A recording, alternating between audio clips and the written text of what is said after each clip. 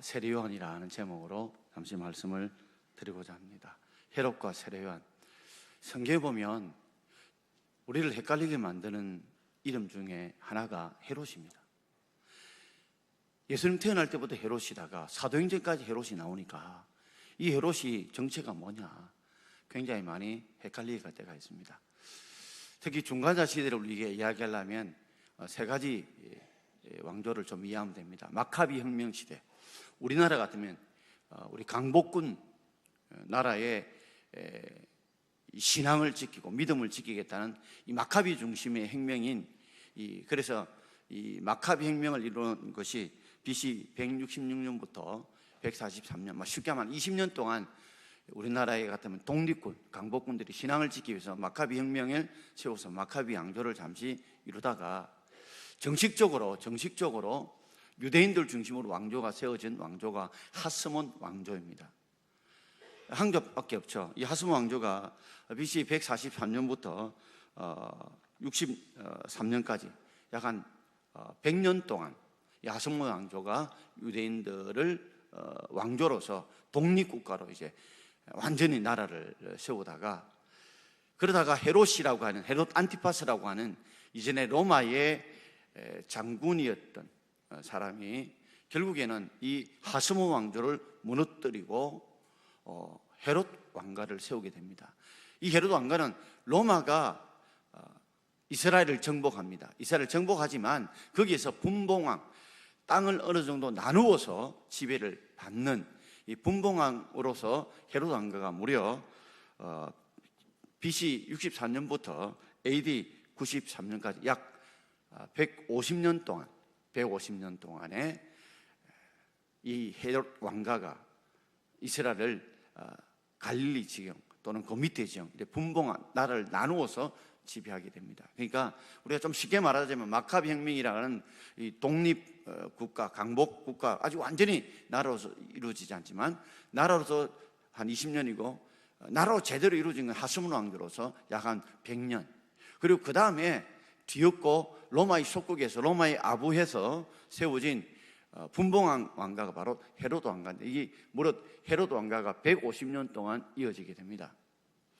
우리가 잘 아는 마태복음 2장에 예수님 이 땅에 태어날 때 죽이려고 했던 사람은 헤롯 대왕인데 이 사람은 아버지가 헤롯 안티파스로서 처음 헤롯 왕가의 시작이고 두 번째 헤롯 왕가가 이어진 사람이 바로 예수님이 탄생할 때 죽이려고 했던 헤롯 대왕이라는 말입니다.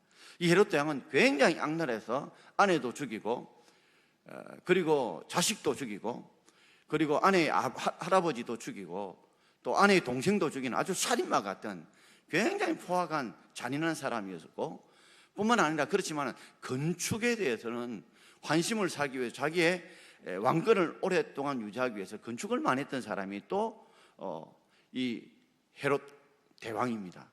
그래서 그는 로마 황제의 한심을 사기 위해서 가이사라라고 하는 도시를 건축했어요.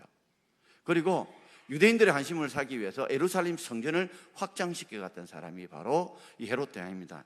이 헤롯 대왕이 BC 37년부터 BC 4년까지 약 33년간 이 유대인들을 지배하고 다스렸고 그때 예수님께서 이 헤롯 대왕이 예수님이 태어날 때 죽이려고 하자 예수님 애굽으로 잠시 피신을 가셨죠. 그리고 다시 돌아오게 됩니다. 돌아올 때 이미 헤롯 대왕은 죽고 헤롯 대왕의 아들이었던 헤롯 아킬레오라는 사람이 잠시 한 3년 정도 왕위로 있다가 그리고 그가 다시 헤롯 왕의 아들이었던 오늘 주인공인 헤롯 안티파스에게 왕위를 넘기게 되어집니다. 오늘 세례요한의 목을 잘랐던 사람은 바로 헤롯 대왕의 그 다음 후임자였던 헤롯 아킬레오 한 2-3년 했고 그 다음에 바로 지배했던 사람이 헤롯 안티파스라는 왕인데 이 사람은 6년부터 39년에 약 34년 동안 오랫동안 장기 집권했던 사람입니다. 자, 오늘 두 가지로 한번 생각해 보려고 합니다. 자, 첫 번째는 헤롯 안티파스. 헤롯이 나오지만 원래 이름은 헤롯 안티파스입니다. 이 사람은 알면서도 순종하지 않는 사람인데 이 헤롯 안티파스는 정복욕도 많았고 여자 욕심도 많았습니다. 아라비아의 왕의 딸과 결혼했는데 못생겼다고 여자를 강제로 이혼하고 자기 동생인 헤롯 빌립이라고 하는 헤롯 안티파스의 동생의 아내를 취했는데 그 여자 이름이 헤로디아입니다. 그래서 헤로디아와 재혼을 하게 되고 거기서 낳은 딸이 살로메입니다. 자, 우리 23절 말씀을 함께 읽어볼까요? 또 맹세하기를 무엇이든지 너가 내게 구하면 내 나라의 절반까지도 주리라 하거늘. 아멘. 아합의 왕의 왕비가 이세벨이죠.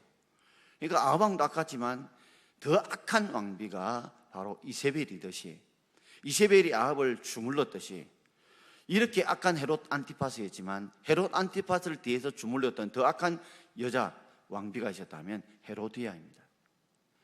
이 헤로디아가 왜 세례 요한을 죽이려고 하냐면 자신의 결혼을 세례 요한이 정당하지 못하고 옳지 못하다고 직언을 했기 때문에 마치 눈에 가시 같아서 이 세례 요한을 죽이려고 했던 여자가 바로 헤로디아였거든요. 그런데 이 여자가 얼마나 머리가 좋은지 세례 요한을 죽이고 작정하면서 D-Day 날짜를 잡았는데 그날이 바로 남편이었던 헤롯 안티파스의 생일날이었습니다. 생일날 잔치가 벌어지자 이 헤롯한테 기분이 너무 좋았어요. 기분이 좋게 만든 것 중에 하나, 헤로디아의 딸이었던 살로메가 춤을 췄는데 너무 이쁘게 잘 춘 거예요. 거기에 홀딱 넘어가서 이 헤롯 안티파스가 그 딸에게 그럽니다. 네가 내게 무엇을 구하면 나라의 절반이라도 주겠다, 그렇게 했거든요. 사실 헤롯 안티파스는 북쪽 갈릴리 지방만 다스리는 분봉왕이었습니다. 그 일부만 우리가 하면 도지사급입니다. 그런데도 얼마나 허영심이 강한지, 얼마나 과시욕이 강한지 나라의 절반도 주겠다 하고 생각 없이 그렇게 허영과 과시욕을 부리게 되었습니다. 자, 우리 24절과 25절 함께 읽겠습니다. 그가 나가서 그 어머니에게 말하되 내가 무엇을 구하리까? 그 어머니가 이르되 세례 요한의 머리를 구하라 하니 저가 곧 왕에 급히 들어가 구하여 이르되 세례 요한의 머리를 소반에 얹어 곤대게 주기를 원하옵나이다 하니, 이 살로메도 엄마한테 물어봅니다. 엄마, 아버지가 내한테 뭐든지 달라는데 뭘 구할까요? 이미 짰죠. 세례 요한을 죽여서 그 머리를 소반, 작은 상 있죠, 작은 상에 담아달라고 요청을 합니다. 자, 20절 한번 읽어볼까요? 자, 20절입니다. 20절요. 제가 읽을게요.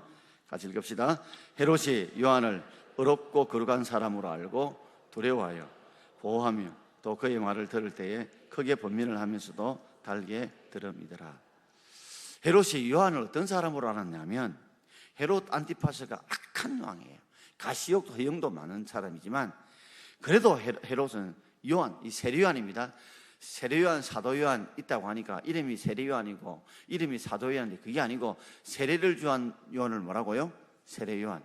사도였던 요한이 누구라고요? 사도 요한입니다. 우리 교회에 보면 집사 A, 집사 B가 있는데 주민등록증에 A, B 없습니다. 우리가 구별하기 위해 된 것과 똑같다는 거죠. 그래서 성경 보면 세례 요한이라는 말이 없어요. 헤롯이 세례를 주었던 세례 요한을 어렵고 거룩한 사람으로 알았습니다. 비록 악한 왕이지만 얼마나 이 세례 요한이 진실했는지, 얼마나 그 삶이 올바랐는지, 이 악한 이 헤롯 안티파스도 이 세례 요한만큼은 어려운 사람이다, 거룩한 사람이라고 인정을 했습니다. 그리고 그의 말에 대해서 두려워하는 마음이 있었어요. 결혼하지 마라, 이건 옳지 못하다, 이게 된 두려운 마음을 가지고 있고, 또 그 두려워하는 마음을 그는 그래도 이 사람을 지키고자 하는 마음이 있었어요. 세례 요한만큼은 그래도 지키고자 하는 그런 마음을 가지고 있었습니다. 그래서 그의 말을 들을 때 크게 번민하면서도 어떻게 들었다고요? 어떻게 들었다고요? 달게 들었습니다. 악한 사람도 우리가 믿음으로 바로 살고 믿음으로 바른 삶을 보여줘서 전하게 되면 그가 그 말을 받을 때 번민을 할 수 있지만 한편으로는 달게 들을 수 있는 그 샘플이 오늘 바로 헤롯 안티파스를 통해서 알게 되었습니다. 자, 그런데 어떤 일이 벌어졌습니까? 이제 잔치를 벌였고 헤로다의 딸 살로메가 엄마하고 작당해서 세례 요한을 죽여서 작은 소반에 담아달라고 했는데 결국에는 그가 이 헤롯 안티파스가 세례 요한이 어렵고 거룩한 사람인 줄 알았고 두려운 마음도 보호하고 싶었는데 그 말을 번민이 되지만 달게 들었는데 자, 약속은 해놓았고 고언은 했고 자, 우리 26절 함께 읽겠습니다. 26절입니다. 왕이 심히 근심하나 자기가 맹세한 것과 그 많은 자들로 인하여 그를 거절할 수 없는지라. 자, 말은 해놨어요. 주워 담을 수가 없어요. 왕이 근심하나 자기가 맹세한 것과 그 앉은 자들 앞에 이미 약속을 했으니까 약속을 못 지키게 되면 분봉왕의 권위가 흔들리게 되니까 어쩔 수 없이 거절할 수 없는 상황이 되었습니다.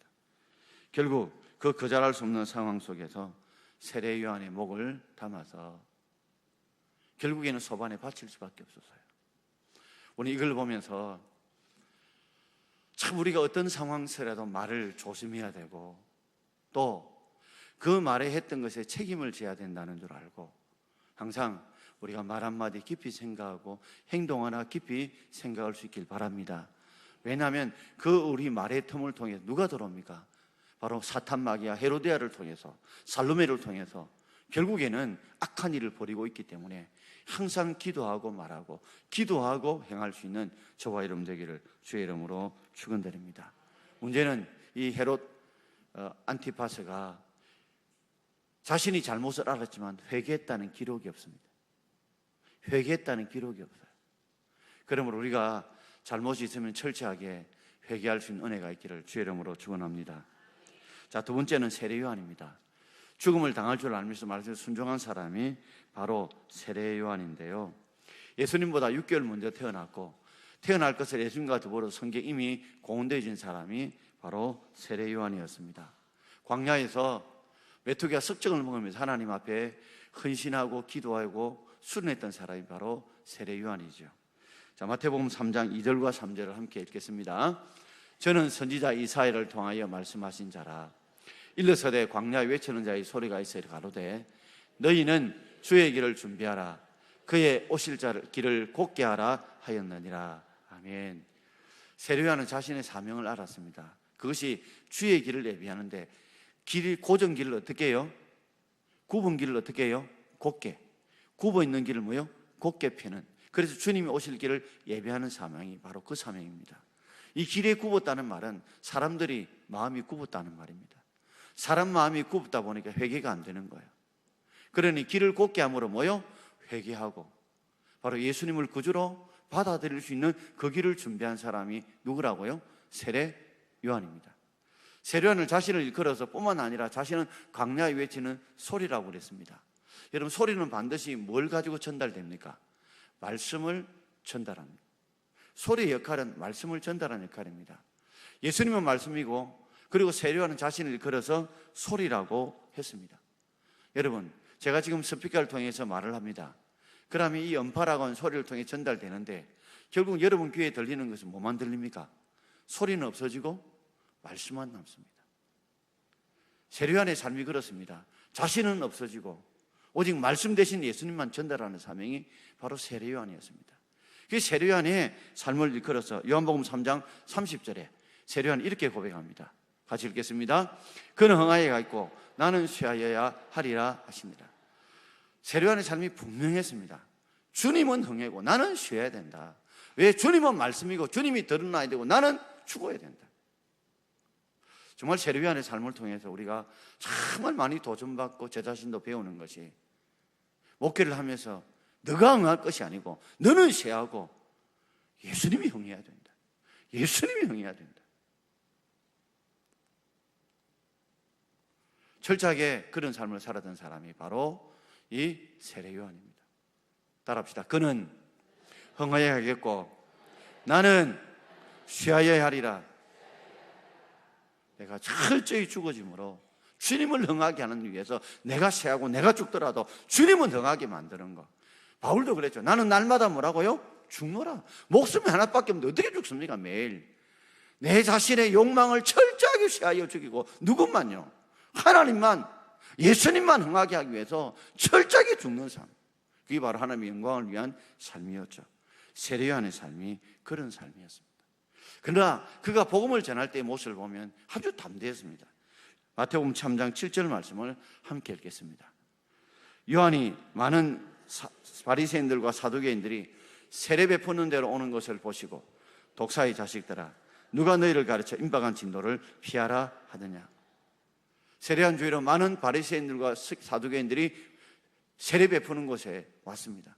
그들도 세례 받으려고 했습니다. 그때 회개하지 않고 세례만 받으려고, 회개하지 않고 세례만 받아 임박한 진노를 피하려고 하는 그들을 향해서 뭐라고요? 독사의 자식들아. 예수님도 그렇게 하셨죠. 복음에 대해서는 타협하지 않았습니다. 그들의 해결을 아주 강력하게 외쳐. 왜요? 구분길을 곧게 펴서 주의 길을 예비하는 사명이 그 사명이기 때문에 철저하게 그 사명 앞에 주님은 드러내고 자신은 낮추었지만 그 사명을 사명대로 바로 선포했던 사람이 바로 세례 요한이죠. 자, 마태복음 14장 4절을 함께 읽겠습니다. 이 세례 요한이 헤롯에게 말하되 당신이 그 여자를 차지한 것이 옳지 않다 하였습니다. 세례 요한이 복음을 복음대로, 진리를 진리대로 바르게 전하다가 당신이 그 여자 헤로디아를 차지한 것이 옳지 않습니다, 이렇게 바르게 복음 전하다가 결국에는 숨긴 사람이 세례 요한입니다. 여러분, 복음은 타협해서 아니 될 줄 믿습니다. 복음은 타협하면 안 됩니다. 예수 외에는 다른 구원자가 없는 줄 믿습니다. 오직 예수님만이 우리의 유일한 구원자가 되실 줄 믿습니다. 복음과 진리는 타협할 수는 없습니다. 그러나 우리의 삶은 철저하게 주님만 높이는 삶이 되기를 바랍니다. 그랬더니 결국 세례 요한이 이 복음을 바로 전하다가, 진리를 바로 전하다가 어떤 일이 벌어졌습니까? 마가복음 3장 6장 29절 함께 읽겠습니다. 요한의 제자들이 듣고 와서 시체를 가져다가 장사하니라.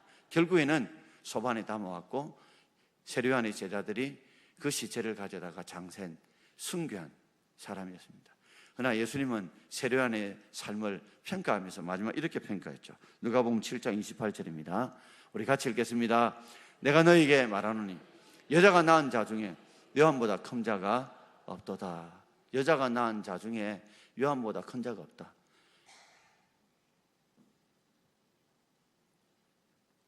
여자가 낳은 자 중에, 이 땅의 주구상에 태어난 자녀 중에서 세례 요한이 최고라는 말입니다. 두 가지 때문에 그렇죠. 철저하게 자신은 쇠하고 주님을 높이는 삶을 살았고, 복음을 전하는 만큼은 철저하게 타협하지 않고 순교를 각오하고 또 순교를 당하면서까지 복음을 온전히 전했기 때문에 그렇습니다. 그 야생성을 가지고 있고 그 진리를, 순도 높은 백벌의 진리를 가진 사람이 바로 세례 요한이었습니다. 사랑하는 성도 여러분, 우리의 삶에도 헤롯 안티파스처럼 어떤 때는 복음을 받고도 회개할 줄 모르고 범민이나 회개할 줄 모릅니다. 결국 과시욕을 부리다가 그 인생이 비참하게, 그는 세례 요한을 죽였지만 평생 동안 그 가슴에 자신의 잘못을 깊이 깨닫고는 있었지만 결국 회개하지 않았던 헤롯 안티파스, 왕이 되면 못합니까? 그런 자리에 오르면 못합니까? 결국 역사는 그를 이렇게 표현하고 있는데요. 그러나 세례 요한은 죽었습니다. 복음 전하다가 하나님을 높이다가 예수만 높이다가 죽었습니다. 그러나 여자가 낳은 자 중에서 세례 요한보다 큰 자가 없다고 성경은 기록해 놓고 있습니다. 여러분, 목회는 성공이 없고 충성만이 있을 뿐입니다. 어떤 분들이 종종 목회에 성공했다. 목회는 성공이 없습니다. 충성만 있을 뿐입니다. 왜요? 이루실 분이 우리 하나님이시기 때문인 줄 믿습니다. 기도하겠습니다.